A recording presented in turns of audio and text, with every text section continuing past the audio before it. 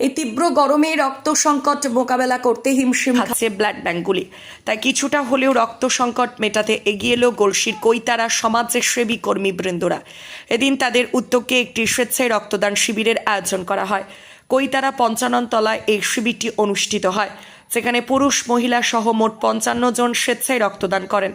ওই রক্ত সংগ্রহ করে কেমব্রি ব্লাড ব্যাংক রক্তদানের পাশাপাশি এদিন তারা বিনামূল্যে স্বাস্থ্য পরীক্ষারও ব্যবস্থা করেন। তাতে অনেকে উপকৃত হবেন বলে আশা প্রকাশ করেন উপস্থিত অতিথিগণ। উক্ত শিবির থেকে যারা স্বেচ্ছায় রক্তদান করলেন তাদের উৎসাহিত করতে উদ্যোক্তারা তাদের হাতে টিফিন ও ব্যাগ তুলে দেন। সবাই মিলে একটু করতালি দেবেন।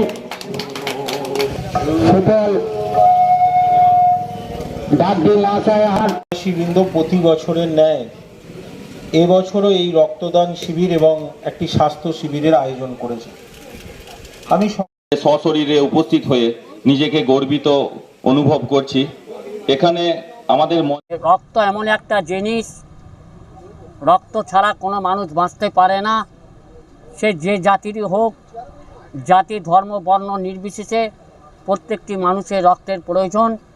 তাই আজ আমরা গ্রামের প্রত্যেকটি মানুষের সহযোগিতা নিয়ে এবং বাইরে গ্রামের কিছু মানুষের সহযোগিতা নিয়ে আজ আমরা এই রক্তদান শিবিরের আয়োজন করেছি, যাতে প্রত্যেকটি মানুষ, অসুস্থ মানুষ সুস্থভাবে তাদের পাশে আমরা দাঁড়াতে পারি।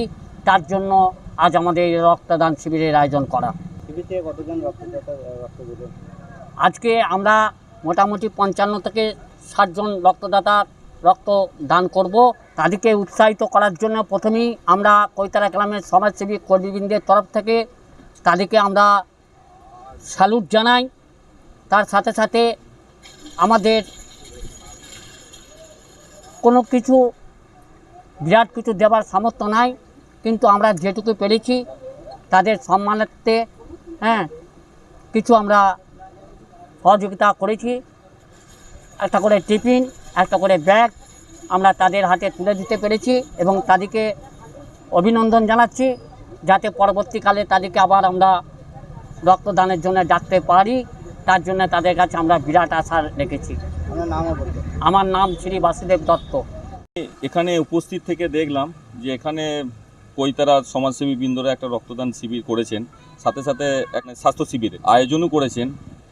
একটা কথাই জানি বা আমরা সকলেই দেখে আসছি যে পথ চলতি মানুষ বা আমাদের প্রতিবেশী হোক বা আমাদের কর্মীবৃন্দ হোক, যদি কোনো জায়গায় বিপদে আপদে পড়ে যায় বা গুরুতর অসুস্থ হয়ে যায় বা অ্যাক্সিডেন্ট হয়ে যায়, তখন যখন হাসপাতালে গিয়ে হাজির হয়ে থাকি, তখন অতি সহজে অত তাড়াতাড়ি রক্তদাতাকেও খুঁজে পাওয়া যায় না। মানে যারা রক্ত দান করবে সেটাও খুঁজে পাওয়া যায় না, রক্তের গ্রুপও খুঁজে পাওয়া যায় না। সেখানেতে ব্লাড ব্যাঙ্কেতে সেই টাইমেই বুঝতে পারি যে এক বোতল রক্তের কী দাম। ওই এক বোতল রক্ত পেয়ে ওই যে অ্যাক্সিডেন্ট হয়েছে বা গুরুতর ব্যক্তি যে অসুস্থ হয়েছে, সে তখনই সঙ্গে সঙ্গে সুস্থ হয়ে যায় এই রক্তটা পাওয়ার পরই। এটাই আমরা এর মূল্য, বা আমি ব্যক্তিগতভাবে বা সকলেই যারা এখানে উপস্থিত আছে তারা সকলেই চিনি, বা আমাদের সামনেও এমন অনেক ব্যক্তি ঘুরে ফিরে বেড়ায়, সকলেই আমরা তাদেরকে দেখে আসছি যে তারা আজকে এই রক্তদান শিবিরের উদ্দেশ্যেই ওই এক বোতল রক্ত পাওয়ার জন্যই জীবন ফিরে পেয়েছে। আমি শেখ সাবিরউদ্দিন আহমেদ, সভাপতি, গলসি 2 নম্বর ব্লক তৃণমূল কংগ্রেস। প্রতি বছরই এই কৈতারা গ্রামবাসীবৃন্দ এই বাৎসরিক এই অনুষ্ঠান করে থাকে। আমরা প্রতি বছরই আসি, এবছরও এসছি। এদের উদ্যোগকে তো সাধুবাদ জানানোর ভাষা নেই, কারণ এই প্রচণ্ড দাবদাহ, চারিদিকে এই এত যে আমাদের অ্যাক্সিডেন্ট, এসবের মধ্যেও যে এরকম একটা রক্তদান শিবির এবং স্বাস্থ্য শিবির, এটা নিশ্চয়ই একটা উদাহরণ সমাজের কাছে।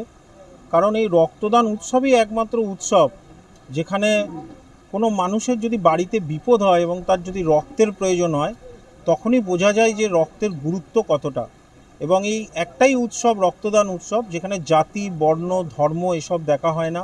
যার বাড়িতে বিপদ হয় এবং রক্তের প্রয়োজন হয়, সেই রক্তের যে কতটা গুরুত্ব এক বোতল রক্তের, তখন সে অনুধাবন করতে পারে। তাই গ্রামবাসীদের তরফ থেকে যারা এই রক্তদান উৎসবের আয়োজন করেছে তাদেরকে আমি আমার অন্তরের অন্তঃস্থল থেকে কৃতজ্ঞতা জানাই।